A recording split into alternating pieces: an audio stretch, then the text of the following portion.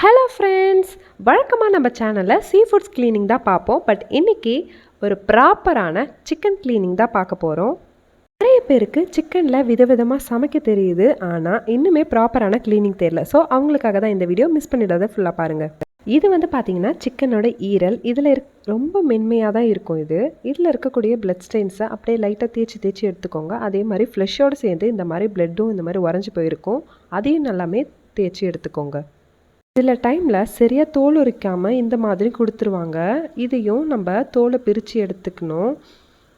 First ஒரு பீஸாக எடுத்து இந்த மாதிரி தோல் இல்லாமல், இந்த மாதிரி பிளட் ஸ்டெயின்ஸ் இல்லாமல் எல்லாத்தையும் க்ளீன் பண்ணி எடுத்துக்கணும். ஏதாவது எக்ஸ்ட்ராஸ் இருந்தாக்கா எடுத்து க்ளீன் பண்ணிடணும். நெக்ஸ்ட்டு 5 to 6 டைம்ஸ் தண்ணி மாற்றி ஃபுல்லாக எல்லாத்தையும் வாஷ் பண்ணி எடுத்துக்கோங்க. சிக்கன் மட்டும்தான் நிறைய டைம் வாஷ் பண்ணுற மாதிரி இருக்கும்.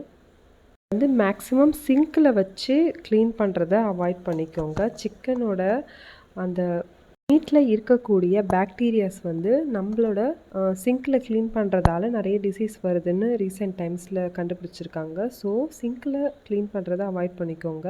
வீடியோ பிடிச்சிருந்தா லைக் அண்ட் சப்ஸ்கிரைப்.